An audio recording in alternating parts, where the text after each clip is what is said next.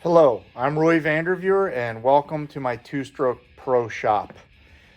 Recently, I overheard some friends of mine talking about Nikasil cylinders, whether to plate or not to plate, how to tell whether your cylinder is plated or not in the first place. And I thought I'd just take a quick few minutes and go over how you can identify first whether you need to be replated or not, because this little cylinder that I've got here is given plenty of evidence right above the exhaust port. That worn area that's light in color is known as an eyebrow, and that's a high wear area on any two-stroke cylinder, and that has worn the plating off that area.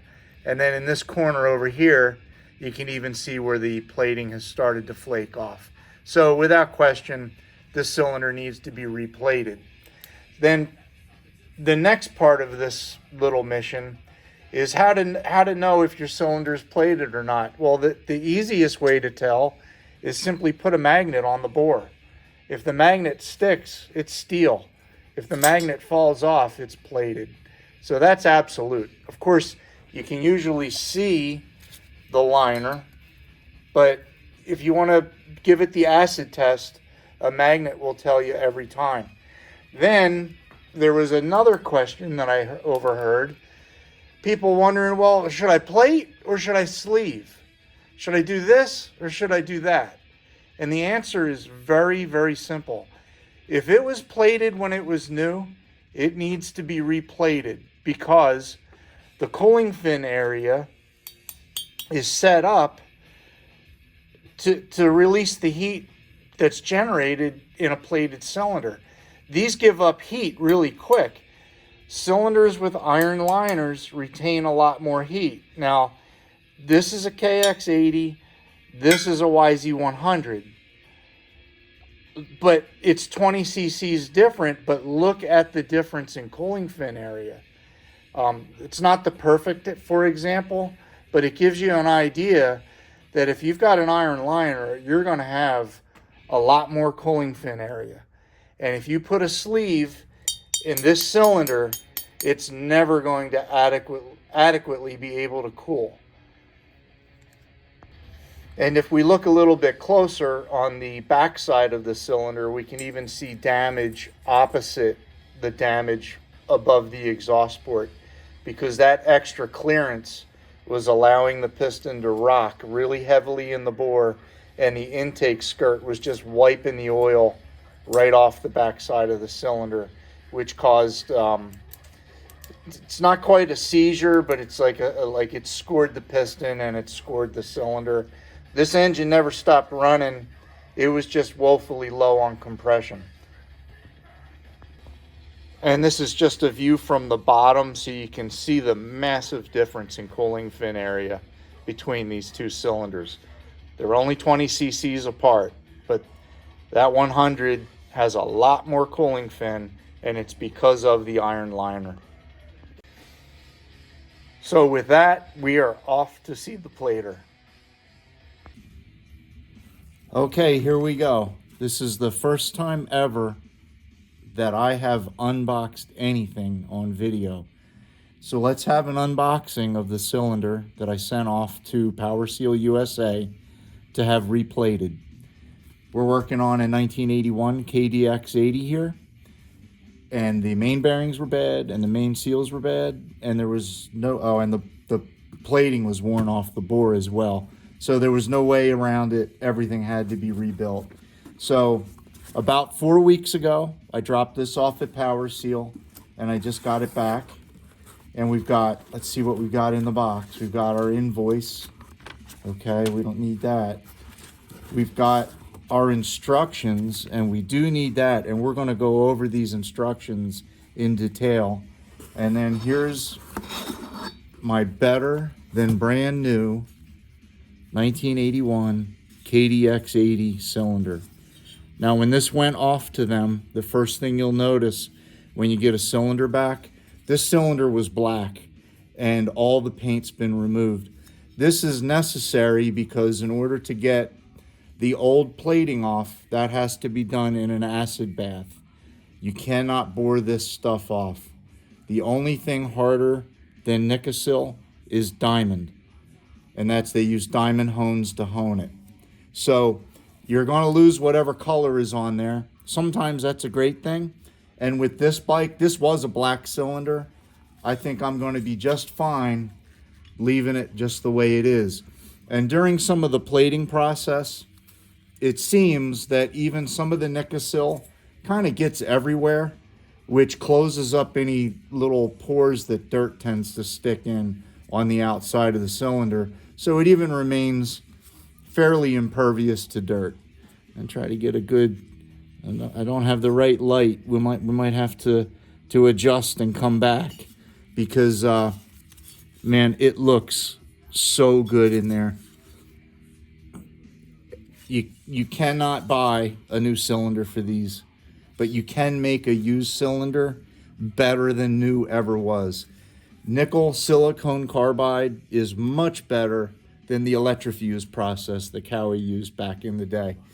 Not picking on Cowie, it was the best at the time, but almost 50 years later, we can do better. So real happy with this. And next up, let's talk about the instructions. Okay, here's the part nobody likes to do, which is read the instructions. So I'm going to read them to you. So first step is thoroughly clean the cylinder with hot water and soap to remove any dirt that has accumulated from shipping materials. This cylinder is pretty clean. I'm still going to wash it.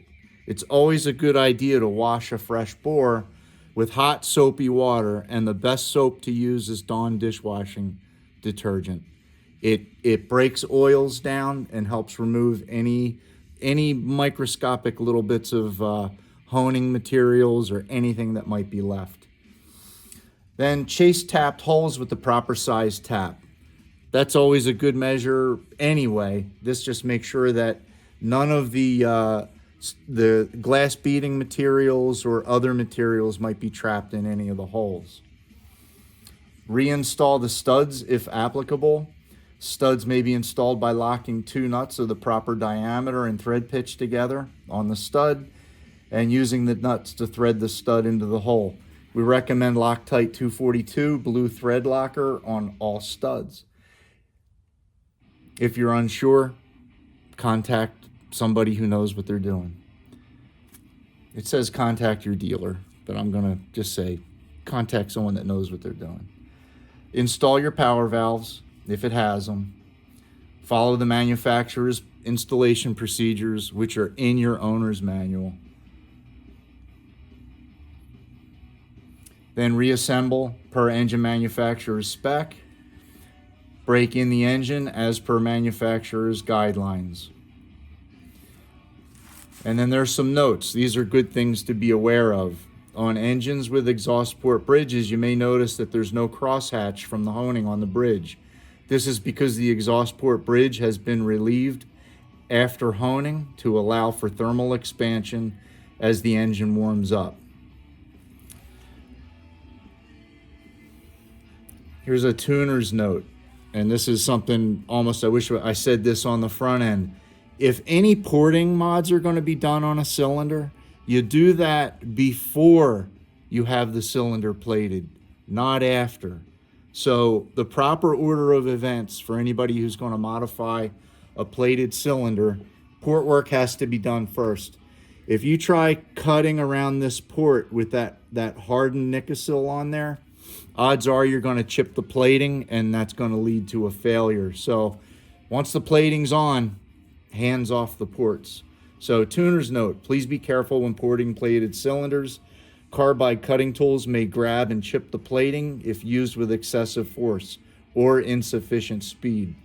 Power Seal USA offers strip and return services, so cylinders may be ported after the old plating is removed and before the new plating is applied. Contact us for details. Hand to heart, these guys know what they're doing, and they will go to any length to make sure that you have the best end result possible. Now here comes the controversy. Recently, I've overheard friends talking about cylinders coming back from And this can happen with any plater. So it's better to talk about it now and going in rather than after the fact. So there is a chance that there can be porosities in the cylinder. And I'm going to read exactly how they word it, and then we're going to discuss a little bit in my own words. You may notice pits or porosities in the plating on some cylinders. This is due to a porosity in the cylinder casting and will not affect your cylinder's performance.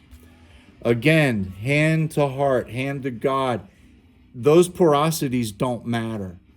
And if people who really don't know what they're talking about keep making a big deal out of stuff that doesn't matter, the cost to do this is going to go up, because the cost to fix things that don't matter is massive.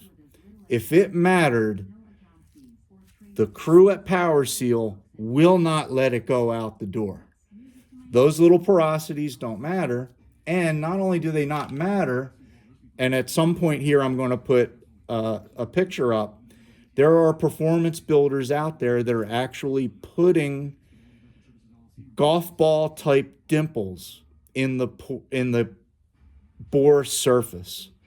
And they do that to help retain oil on the bore and reduce the surface friction between the piston rings and the cylinder. So while a porosity might not make you feel good, yep, it's a little bit of a bummer. I have had it with YZ cylinders, KX cylinders.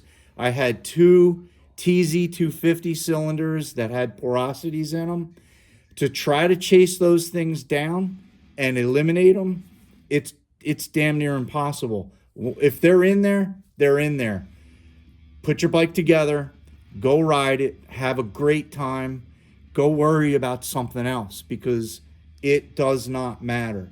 If they're putting golf ball sized dimples in cylinder bores to increase performance, the tiny little porosities that can happen, you just got to live with them. And quite frankly, that could have been in your cylinder since it was new. The only difference is you didn't have it apart before, and it had never been prepped, cleaned, and replated to find them. So it's part of the game. Kind of like if you go to the racetrack, you sign a release. I understand what I'm getting into, and I have to accept the end result, whatever it may be. The upside is there's no diminished performance. There's no diminished reliability. And with this, I would hope that everybody could put their big boy pants on and understand that when you get this work done, your perceived perfection might not actually be perfection. And with that, I'm going to wrap up my rant on people who don't understand cylinder plating and the process. I hope you can understand it now. And if you get a cylinder back from any plater, whether it's these guys or the other guys, and these guys and those guys, they all work hand in hand. They're not enemies. They're not mortal. They're not mortal. They're not at battle with each other. They've all got so much work that they kind of don't know what to do, because to expand their production facilities to meet the demand that's out there right now could bankrupt them in 5 years. So this is not uncommon in the motorcycle industry, because there's so much ebb and flow of business.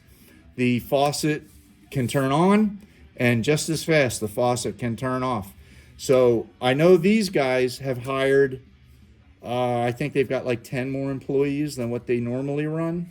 And right now, which I'm filming this in December of 2025, we're running right into their busy season. So plan on it taking a month. And this is how it works, like it or not. This is a beautiful quality product. I can't recommend these guys high enough. You know what? The other guys that do this, they're great too. So whether you live on the East Coast or in the Midwest or the West Coast, I typically say, pick the people that are closest to you and go from there. Okay, I can't resist. I'm going to beat this topic to death just a little bit more about potential pinholes in the plating. I really want to be productive about this, and my goal is to let everybody know this is just the reality. If you want to do something constructive about porosities in the casting, here's all you have to do. Hop on a plane, go to Japan. Find the guy that cast that cylinder 40 years ago. And let him know that he did not purge all the air out of the casting before it set up. Because that's where the problem started. The end result now is the other guy gets to get kicked for it when the cylinder wasn't cast properly in the first place, which made for porosities in the bore. They're undetectable until everything is done, and them's the rules. That's it. If you're not up for playing the game, then go ahead, drop a sleeve in there, and you'll have an engine that is constantly prone to overheating. We all want to get the best end result. This is the best end result. Even if there's a porosity or 2 or 4 or 5, they just don't matter. Here's something that matters. Let's spend our time on things that matter. Power Seal did such a nice job finishing this cylinder up, and it looks so good. Now when I stick the head on there, hold on, see if it'll slide down. I know the studs fight it a little bit. Oh, that's close enough. You can see that head looks horrible now. Now I'm going to have to go get the head vapor blasted so it looks as good as that cylinder. And you know what? It's all their fault. I'm going to make sure to thank them for that. So now, not only did I have to get it plated, now I'm going to have to go get the head vapor blasted so it looks as good as it should, because this thing is going to look dynamite when it's done. And it's going to run even better.